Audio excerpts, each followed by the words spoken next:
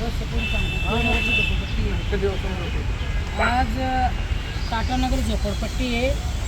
30-35 वर्षापासून एक कोकण भवन स्टेशन पण नव्हतं आणि कोकण भवनच्या अधिकाऱ्यांना पण माहिती आहे, रायगड भवनच्या अधिकाऱ्यांना माहिती आहे. स्वतः इथं भाज्या पण घेतात आणि हे वस्ती आज 30-35 वर्षापासून असताना आमचे मुलं शाळेत जातात आगरुलीच्या आणि ते म्युनिसिपाल्टीची शाळा आहे आणि आमचे मुलं 3 दिवस झाले शाळेत जात नाही कारण की रस्ताच नाही, यांना पत्रे मारले म्हणून.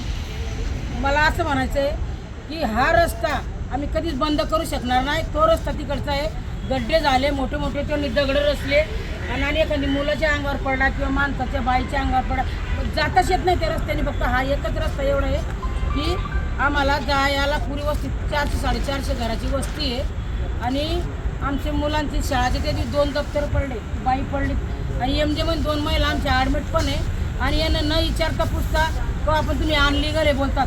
तुम्ही बोलायचंच नाही अजिबात. आम्ही माणसं अनलिगल आहे का? आम्ही माणसं लिगल आहे ना. आमचं वोटिंग लिगल घेता तुम्ही.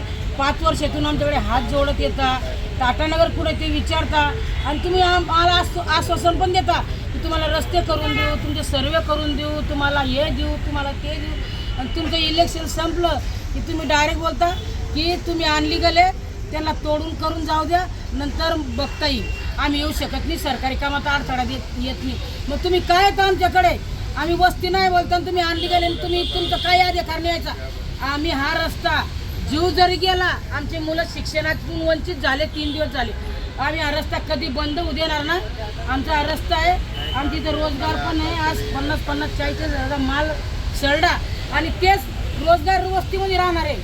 आमचे भाजीवाले ना वस्तीमध्ये राहणार आहे आणि या लोकांना पण माहिती आहे अधिकाऱ्यांना की हे भाजीवाले 30 वर्षापासून खरोखर भाजी विकता का नाही, ते खूप भाज्या नेतात, सस्ती भेटते म्हणून, फ्रेश माल भेटतो म्हणून. आज लोकांचे तोंडे एवढे जात, त्यांचा रोजगार सरप बसला, मोड्या बसल्या, तर कशानं माल आणतील?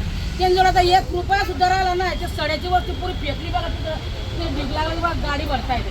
मग माझं काय म्हणणं आहे, माणसं असून आम्हाला काय एवढे छळ करता येईल का? आमच्या पाठीमागे तुम्ही लागले, आम्ही या घेऊन दप्तर घेऊन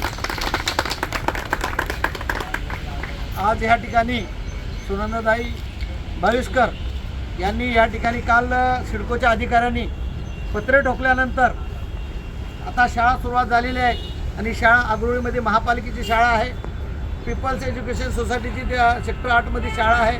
बरेच विद्यार्थी शाळेत जातात कारण कमी 400 ते 450 लोक त्या ठिकाणी टाटानगर वस्तीमध्ये राहत आहेत. मग ह्या लोकांना जाणं येण्यासाठी त्रास होत आहे आणि त्रास झाल्यामुळं मग जाणार कुठून? पलीकडच्या बाजूला जर बाथरूम पण गेले तर पलीकडच्या बाजूला हायवे पडतो आणि या बाजूला जर आले तर या बाजूला जो तो रेल्वे स्टेशन बनवलेलं आहे, तळोजाला जाणारी मेट्रो ट्रेनचं रेल्वे स्टेशन आहे. सध्या तिकडचं काम चालू आहे. त्या मेट्रो ट्रेन काम चालू असल्या कारणामुळे ट्रॅकवरून जर काय पडला तर त्या मुलांना किंवा तिथल्या येणाऱ्या जाणारं नुकसान होणार आहे. तर म्हणून हा जो गेट रस्ता आहे, हा जो रस्ता आहे फक्त टाटानगरवाल्यासाठी आहे. ही रस्ता आजपासून नाही, हे सिडको आपल्याला ही जागा विकण्यासाठी किंवा प्लॉट तयार करून लोकांना विकण्यासाठी त्या लोकांनी इथं पत्रा मारून आपल्या ताब्यात घेण्याचा प्रयत्न करत आहे. आम्हाला सिडकोला सांगणं आहे, तुम्ही या टाटानगर रहिवाशांना रस्ता द्या, मग नंतर तुम्हाला कुठं पत्रे मारायचं मारा. या ठिकाणी व्यापारी काही लोक व्यवसाय करतात, फेरीवाले आहेत, फेरीवाल्यांचं लायसन त्यांच्याकडे आहे. ते फेरीवाले इथं पूर्ण आपला कोकण भवनचे, रायगड भवनचे आणि सिडको भवनमधले सर्व अधिकारी या ठिकाणी भाजी वगैरे फ्रेश माल मिळतो येतात. त्यांचंसुद्धा 2 दिवस झालं लॉस केलेला आहे. पावसाळ्यामध्ये त्यांचं 10-20 हजाराचा लॉस केलेला आहे. हे सिडको प्रशासनानं असं करायला नाही पाहिजे. जर तुम्हाला पत्रा खरोखर मारायचं होतं तर पहिले आमच्या टाटानगर वस्तीला रस्ता द्यायला पाहिजे होतं.